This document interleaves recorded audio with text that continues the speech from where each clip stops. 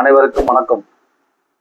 தருமபுரி மாவட்டம் அரூர் வட்டம் அரூர் வடக்கு தகவல் தொழில்நுட்ப பிரிவு ஒன்றிய கழக செயலாளர். என்னுடைய பெயர் கோபிநாத். வரக்கூடிய 2026 சட்டமன்ற தேர்தலில் மக்கள் அதிமுகவுக்கு தான் வாக்களிக்கணும்னு சொல்லி நீங்க சொல்றீங்க. மக்கள் ஏங்க நான் அதிமுகவுக்கு வாக்களிக்கணும்? புரட்சித் தலைவர் அம்மா இருக்கும் பொழுது 2011 2021 வரைக்கும் 10 ஆண்டு காலம் சிறப்பான ஆட்சியை செஞ்சாங்க. தமிழகம் அமைதிப்பூர்வமா இருந்தது.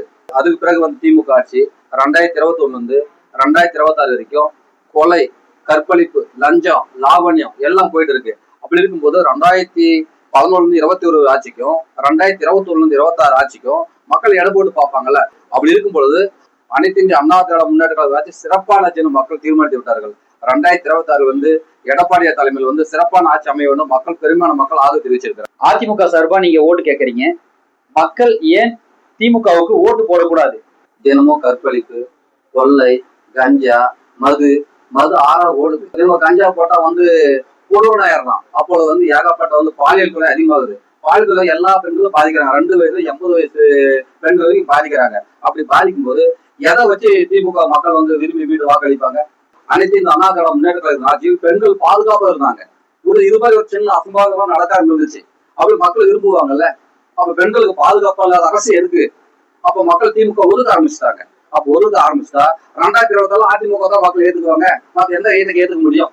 இப்படி இருக்கக்கூடிய சூழல்ல நாம் தமிழர் கட்சி ஒரு பக்கமும், புது வரவா இருக்கக்கூடிய தாவேகா ஒரு புறமும் போட்டிடுறாங்க. அதை பத்தி உங்களுடைய கருத்து என்னங்கண்ணா? 2 திராவிட கட்சியை வீழ்த்துறதுக்கு இது 2 கட்சியெல்லாம் முடியாது. தமிழக வெற்றி கழகம் இப்பதான் குழந்தை. அந்த குழந்தை எழுட்டும், நடக்கட்டும், ரேஸ்ல ஓடட்டும். ஓடிட்டு அதுக்கு பின்னாடி அது நிலைமை அடையட்டுமே. அப்படி இருந்தாலும் 2026 திமுகவுக்கு அதிமுக போட்டி இருக்குமே தவிர வெற்றிகளை ஒரு குறிப்பிட்ட மக்கள் ஏத்துக்க மாட்டாங்க. அதிமுகவுக்கு மக்கள் ஓட்டு போடணும்னு சொன்னீங்க. இது வரைக்கும் அதிமுக ஆட்சியில மக்களுக்கு செஞ்ச நலத்திட்டங்கள் என்னன்னா? அம்மா உணவு பல பேர் பசியை போக்கிய அட்சய பாத்திரம். அது திட்டம்னு சொல்றதா சரித்திரம்னு சொல்லலாம். அம்மா மினி கிளினிக் ஒரு கிராமப்புற ஏழை மக்கள் போயிட்டு அவதி அந்த சொந்த இடத்துல பாத்துக்கலாம். மடிக்கணினி ஒரு ஏழை விட்டு மாணவன் கையில் மடிக்கணி கொடுத்த ஒரு அரசாங்கம் எடுத்துக்கினா புரட்சி தலைவர் அம்மா அரசாங்கம். 7 பிள்ளை திட்டம் உலக நாடே பாராட்டுது. ஒரு சாதாரண அரசு பள்ளி மாணவனுக்கு மருத்துவ உருவாக்கிய ஒரு மிகப்பெரிய அர்ப்பணத்தை எடப்பாடியார் தந்தார். குடிமராமத்து தமிழ்நாட்டில் இருக்கிற அத்தனை ஏரி குளம் தூர்வாரி இன்னைக்கு நீர் நிலம் விவசாய செழிப்பா இருக்காங்க. டெல்டா பாதுகாக்க மாட்டோம். யாரும் முடிஞ்சுன்னா எவரும் முடியல. ஆனா ஒரு சாதாரண விவசாயி எடப்பாடி அவர்கள் டெல்டா மாவட்டத்தை பாதுகாக்க மாட்டோம் அறிவித்தார். பல நூற்றாண்டு காலம் கிடைப்பில் கிடந்த அத்திக்கடை உருவாக்குறது யார் உருவாக்குறது? யார் நிறைவேற்றுறது? எடப்பாடியாலதான். 11 மருத்துவக் கல்லூரி, 6 சட்டக் கல்லூரி, 64 கலை மற்றும் அறிவியல் கல்லூரி எடுத்து வந்திருக்காரு. மாணவர்கள் எதிர்காலத்தை வித்திருக்கிறவரை எடப்பாடியார். இன்னும் என்ன தொட்டு சொல்லணும்? சொல்லிக்கொண்டே போலாம், டைம் பார்த்தாது. எடப்பாடியார் அவர்கள் ஆட்சி அமைச்சதுக்கு அப்புறம் மக்களுக்கு என்னென்ன நலத்திட்டங்கள் செய்வீங்க?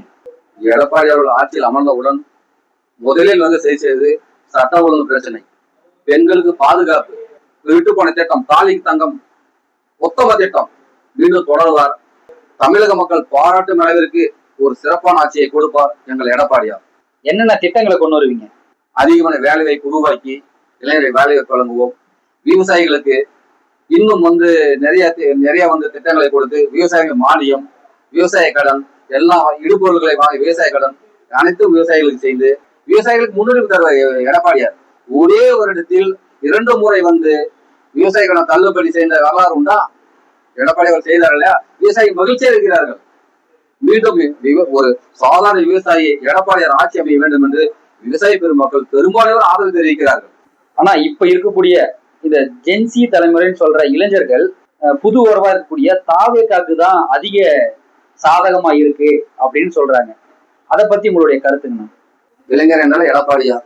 ஏனென்று கேட்டால் கொரோனா காலகட்டத்தில் படிக்க முடியாத சூழ்நிலையிலும் ஆல் பாஸ் அந்த அக்மார் எடப்பாடியார் அரசு பள்ளி மாணவனும் மருத்துவர் ஆக வேண்டும் என்று 7.5 என்ற இம்மாலய ஒரு சட்டத்தை ஏற்றி இன்றைக்கு பல ஏழை மாணவர்கள் அரசு பள்ளி மாணவர்கள் மருத்துவர் ஆகிறார். அந்த இளைஞர்கள் யாருக்கு வாக்களிப்பார்கள்? எடப்பாடியார் தான் ஆதரிப்பார்கள். தமிழக வெற்றி கழகத்தில் வரும் கூட்டம் எல்லாம் சாதாரண வெற்று கூட்டம். அதில் வாக்காக மாறுமா என்பது சந்தேகம். அப்படி இருக்கும்போது எப்படி தமிழக வெற்றி கழகம் வெற்றி பெற முடியும்? அதிமுகவுல உட்கட்சி பிரச்சனை இருக்கிறதாகவும் அதனால நிறைய தலைவர்கள் அதிருப்தியில் இருக்கிறதாகவும் எதிர்க்கட்சிகள் தொடர்ந்து குற்றச்சாட்டை முன்வைக்கிறாங்க. அதை பத்தி உங்களுடைய கருத்துங்க? சும்மா ஒரு மாயை, குறை சொல்வதற்கு ஒன்றுமே கிடையாது. அனைத்து இந்திய அண்ணா திராவிட முன்னேற்ற கழகத்தில் உட்கட்சி பூசல் என்பதே கிடையாது. அது ஒரு பிம்பம். புரட்சி தலைவி அம்மா இருக்கும் பொழுது எப்படி கட்சியை, தொண்டர்களை எஃகு கோட்டையாக நின்று கட்டி காத்தவரோ அதே போல் எடப்பாடியார் அவர்கள் இன்று அனைத்து தொண்டர்களையும், அனைத்து பொறுப்பாளர்களையும், அனைத்து தலைவர்களையும் ஒன்றிணைத்து இன்றைக்கு ஒரு எஃகு கோட்டையை வைத்துக் கொண்டிருக்கிறார். ஏப்ரல் 23 தேர்தல் வரக்கூடிய இந்த நேரத்துல தமிழக பெண்களுக்கு நீங்க சொல்லக்கூடியது என்னங்கன்னா?